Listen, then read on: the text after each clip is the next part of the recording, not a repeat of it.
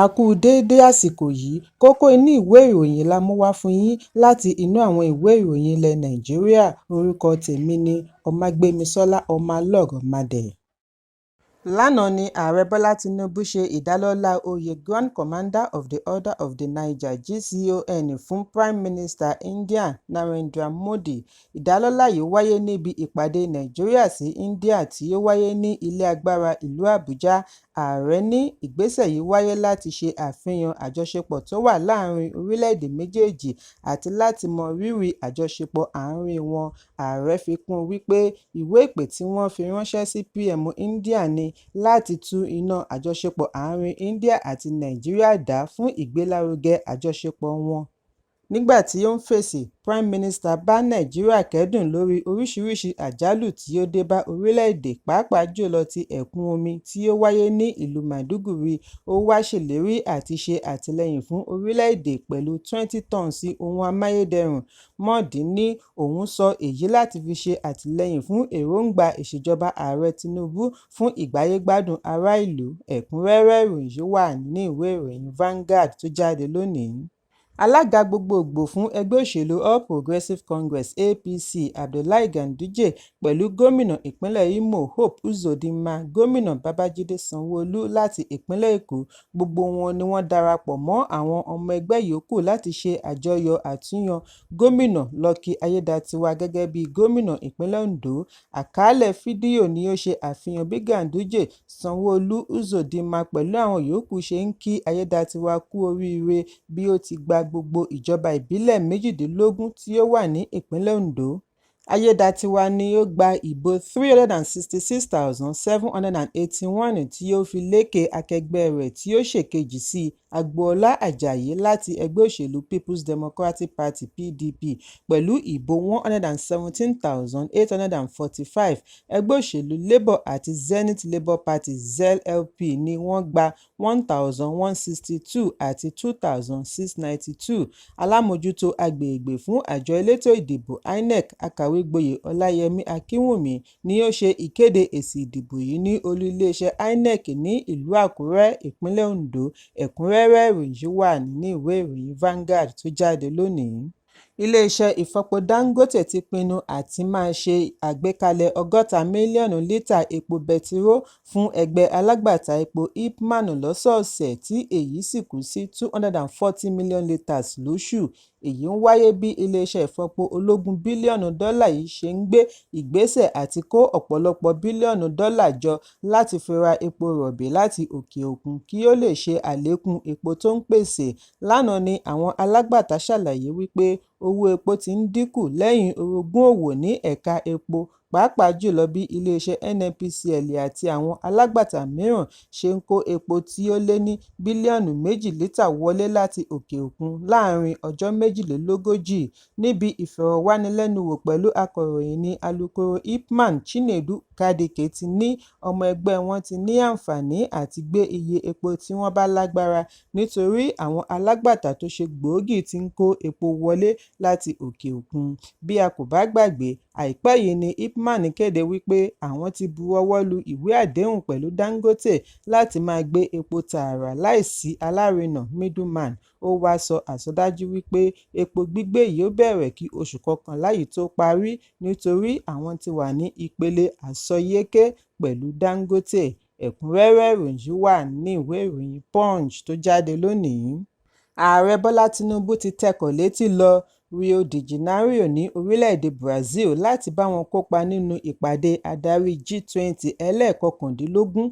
Ààrẹ gbéra lálẹ́ àná lẹ́yìn ìpàdé rẹ̀ pẹ̀lú Prime Minister ilẹ̀ India Narendra Modi láti jẹ́ ìwé ìpè tí olùgbàlejò Ààrẹ Luiz Inácio Lula da Silva fi ránṣẹ́ sí i. Ìpàdé yìí yóò wáyé lónìí àti ọ̀la gẹ́gẹ́ bí àtẹ̀jáde láti ọwọ́ amúgbálẹ́gbẹ̀ẹ́ Ààrẹ Báyọ̀ Ọ̀nànúgà ṣe ṣàlàyé. Wọ́n ní ìpéjọpọ̀ yìí yóò kó àwọn adarí papọ̀ láti orílẹ̀-èdè tí ọrọ̀ ajé wọn ń gbòòrò pẹ̀lú àwọn aṣojú láti African Union, European Union àti iléeṣẹ́ ńláńlá lágbàáyé fún ìjíròrò lórí ọ̀nà àti gbógun ti ebi, ìṣẹ́ àti bẹ́ẹ̀ bẹ́ẹ̀ lọ. Ẹ̀kúnrẹ́rẹ́ ìròyìn yìí wà ní ìwé ìròyìn The Nation tó jáde lónìí.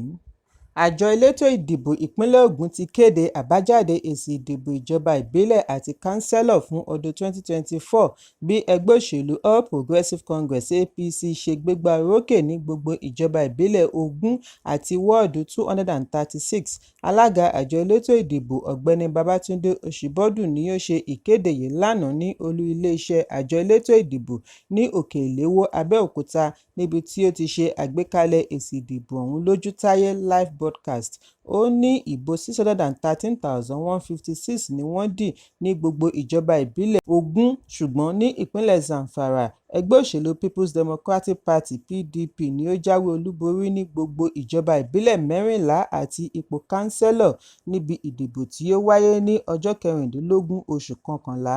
Alága àjọ elétò ìdìbò ní ìpínlẹ̀ Zamfara, Zasiek Alhaji Bala Aliyu, ni ó ṣàlàyé èyí níbi tí ó ti ṣe ìkéde ẹni jáwé olúborí ní Gúúsù. Ó ní ẹgbẹ́ òṣèlú 18 ni ó kópa níbi ìdìbò, ṣùgbọ́n lẹ́yìn àkójọpọ̀ èsì ìdìbò, olùdíje 14 ni ó jáwé olúborí fún ipò alága, bí ó ti dúpẹ́ lọ́wọ́ gbogbo àwọn tí ọ̀rọ̀ kàn, pàápàá jùlọ àwọn agbófinró, iléeṣẹ́ ìròyìn àti àwọn ẹgbẹ́ òṣèlú. Bákan náà ni ó gbóríyìn fún àjọ elétò ìdìbò lórí ìdìbò tó lọ ní wọ́ọ́rọ́wọ́ láìsí fàákájà. Ẹ̀kúnrẹ́rẹ́ ìròyìn yìí wà ní ìwé ìròyìn The Nation tó jáde lónìí. Iléeṣẹ́ ààrẹ ti fi gbígbọ́ ṣaláìgbọ́ lórí ẹnu àtẹ́ tí ààrẹ ìjẹta Olúṣẹ́gun Ọbásanjọ́ bù lu ààrẹ Bọ́lá Tinubu àti International Monetary Fund (IMF) tí wọ́n ṣe àtúpalẹ̀ rẹ̀. Nínú àtẹ̀jáde láti ọwọ́ amúgbálẹ́gbẹ̀ẹ́ Ọbásanjọ́, Kẹ́hìndé Akínyẹmí, ni wọ́n ti ṣe ẹ̀sùn wípé wọ́n ti kó orílẹ̀-èdè Nàìjíríà ní pápámọ́ra, ipò rẹ̀ kò dára rárá. Gbólóhùn yìí ni wọ́n ní ó jẹ jáde níbi ìpàdé àwọn adarí tí Chinua Achebe ṣe àgbékalẹ̀ rẹ̀ ní Yale University New Haven, Connecticut, orílẹ̀-èdè United States. Níbì kejì ẹ̀wẹ̀ ni IMF jábọ̀ ìròyìn lórí Sub-Sahara Africa bí wọ́n ti ní Nàìjíríà wà lára ilẹ̀ Áfíríkà tó ń làkàkà àti lu àlùyọ nídìí àtúpalẹ̀ ètò ọrọ̀ ajé. Wọ́n ní bí ìròyìn yìí ṣe jẹ́ ìdùnnú ní àwọn orílẹ̀-èdè kan ni ó jẹ́ ìròyìn tí kò panilẹ́rìn lórílẹ̀-èdè Nàìjíríà.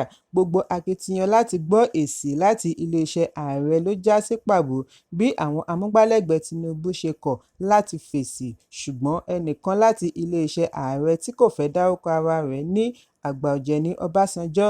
Iléeṣẹ́ ààrẹ kò nífẹ̀ẹ́ àti máa ṣe ìkọlù ọ̀rọ̀ pẹ̀lú rẹ̀. Níbi ọ̀rọ̀ ìyànjú Ọbásanjọ́ tí ó pe àkọlé rẹ̀ ní "Leadership Failure and State Capture in Nigeria" ni ó ti ṣe àpèjúwe ipò orílẹ̀-èdè ní bíbàjẹ́. Ọbásanjọ́ ní ìṣòro orílẹ̀-èdè lábẹ́ ìṣèjọba Tinubu fi ojú hàn gbangba fún gbogbo olótìítọ́ ènìyàn láti rí. Ó ní ohun tí ó ń ṣẹlẹ̀ lọ́wọ́lọ́wọ́ báyìí ni ó ṣe àpèdá rẹ̀ ní state capture. Ẹ jẹ́ n kà á bí wọ́n ti kọ ọ́ lédè Gẹ̀ẹ́sì. State capture: the purchase of national assets by political elites and their family members at bargain prices, the allocation of national resources, minerals, land, and even human resources to local, regional, and international actors. It must be prohibited and prevented through local and international laws. Lẹ́yìn atótónu lórí ọrọ̀ ajé ni ààrẹ ìjẹta pè fún àtúpalẹ̀ iṣẹ́ àjọ elétò ìdìbò Nigeria's electoral process. Ọbásanjọ́ ní orílẹ̀-èdè nílò láti yọ alága àjọ elétò ìdìbò Mahmood Yakubu nípò pẹ̀lú àwọn òṣìṣẹ́ ní gbogbo ìpele INEC. Ọbásanjọ́ ṣe àpèjúwe ètò ìdìbò ọdún 2023 ní èyí tí ó kún fún irọ́, travesty. Ìdí nìyí fún àtúpalẹ̀ iṣẹ́ INEC kí orílẹ̀-èdè lè ní ìgbẹ́kẹ̀lé nínú iṣẹ́ wọn. Bákan náà ni Ọbásanjọ́ ní kí wọ́n ṣe àdínkù sáà alága àti ìwádìí òṣìṣẹ́ yòókù tí kò ní màgòmágó nínú. Ẹ̀kúnrẹ́rẹ́ ìròyìn wà ní ìwé ìròyìn Daily Trust tó jáde lónìí. Gómìnà ìpínlẹ̀ Ondo Lucky Ayédatiwa ti sọ wípé báwo ni ìbá ṣe dùn tó bí ọ̀gá rẹ̀ bá wà láyé láti rí bí wọ́n ṣe kéde rẹ̀ gẹ́gẹ́ bí olúborí níbi ìdìbò gómìnà tí ó wáyé ní ọjọ́ Àbámẹ́ta bí a kò bá gbàgbé wípé gómìnà àná fún ìpínlẹ̀ Ondo Rotimi Akeredolu di olóògbé nínú oṣù kejìlá ọdún tí ó kọjá lẹ́yìn àìsàn jẹjẹrẹ kí Ayédatiwa tó wá gba ipò rẹ̀. Ayédatiwa, ọmọ ẹgbẹ́ òṣèlú All Progressives Congress (APC) ni wọ́n kéde lánàá wípé ó jáwé olúborí láti na orogún rẹ̀ Agboola Ajayi láti ẹgbẹ́ òṣèlú People's Democratic Party (PDP). Níbi ìfọ̀rọ̀wánilẹ́nuwò lórí ẹ̀rọ amóhùnmáwòrán Channels ni gómìnà ti fi àṣeyọrí rẹ̀ sórí olóògbé ọ̀gá rẹ̀. Ó ní Olúwa ní fífúnni, Olúwa náà ló sì ń gbà. Ọlọ́run ló mọ ohun tí ẹ̀dá kò mọ̀. Ẹ̀kúnrẹ́rẹ́ ìròyìn yìí wà ní ìwé ìròyìn Daily Post tó jáde lónìí. Ìlúmọ̀ọ́ká orí ẹ̀rọ ayélujára Idris Okuneye aka Bobrisky ti lérí wípé òun kò ní fi ààyè gba àmì ẹ̀yẹ tàbí ìdánimọ̀ kankan tí wọ́n ń ṣe fún obìnrin mọ́ bí ó ti da ẹ̀bi ìṣòro tó kojú ro àmì ìdálọ́lá tí ó gbà lọ́wọ́ òṣèrébìnrin Eniola Ajao. Ìròyìn jábọ̀ wípé Bobrisky gba àmì ẹ̀yẹ obìnrin tó mọ ara mú jùlọ níbi àfihàn sinimá Eniola Ajao tí ó wáyé nínú oṣù kẹta ọdún 2024. Kò pẹ́ ní àjọ tó ń gbógun ti ìwà ìbàjẹ́ àti ìṣòwò ìlú kúmọkùmọ EFCC fi ọwọ́ ṣìkún òfin mú Bobrisky fún ìtàbùkù sí owó náírà níbi ayẹyẹ àmì ìdálọ́lá kí wọ́n tún rán lọ ẹ̀wọ̀n oṣù 6 lẹ́yìn tí ó sìn tán lákàtà ìjọba ni wọ́n tún ṣe àfihàn àkàálẹ̀ ohùn níbi tí ó ti sọ wípé òun san owó àbẹ̀tẹ́lẹ̀ fún àwọn òṣìṣẹ́ àjọ EFCC kí wọ́n lè jọ̀wọ́ ẹ̀sùn ìtàbùkù sí owó náírà tí wọ́n fi kàn án. Bákan náà ni àṣírí tú wípé nínú ilé àdágbé ni Bobrisky ti ṣe ẹ̀wọ̀n rẹ̀, kò dúró nínú ọgbà ẹ̀wọ̀n fún gbogbo oṣù 6 tí ilé-ẹjọ́ dá fún un. Gbogbo àfihàn wọ̀nyí ló tún dá wàhálà mìíràn sílẹ̀ fún un tí wọ́n tún fi ọwọ́ ṣìkún òfin mú lẹ́ẹ̀kan sí i. Nígbà tí ó ń sọ̀rọ̀ lẹ́yìn tí ó fi orílẹ̀-èdè sílẹ̀ ni Bobrisky ní àmì ẹ̀yẹ tí òun gbà lọ́wọ́ Eniola Ajao ni ó dá gbogbo ìṣòro tí òun dojúkọ sílẹ̀. Lórí ẹ̀rọ abánidọ́rẹ̀ẹ́ Instagram ni Bobrisky ti ṣe ìrántí àwọn ìṣòro wọ̀nyí bí ó ti ní láyé òun. Bí òun bá rí irúfẹ́ àmì ẹ̀yẹ bẹ́ẹ̀, òun á di àfẹ́ẹ̀rí ní kíákíá. Ó ní gbogbo ènìyàn ló mọ òun wípé òun kò lẹ́lẹ́gbẹ́, ṣùgbọ́n ìṣòro eléyìí ti fẹ́ pọ̀ ju ẹ̀mí òun lọ, òun gbọ́dọ̀ sá. Ẹ̀kúnrẹ́rẹ́ ìròyìn yìí wà ní ìwé ìròyìn Daily Post tó jáde lónìí. Kókó inú ìwé ìròyìn tòní kò ní jù báyìí lọ. Ẹ pàdé mi ní ìrọ̀lẹ́ fún àkọ́tún ìròyìn. Kí a tó lọ, ẹ má ṣaláì fi àkíyèsí yín ránṣẹ́ kí ẹ sì bá wa subscribe sójú náà wa lórí YouTube kí kókó inú ìwé ìròyìn lè máa tẹ̀ yín lọ́wọ́ ní kíákíá.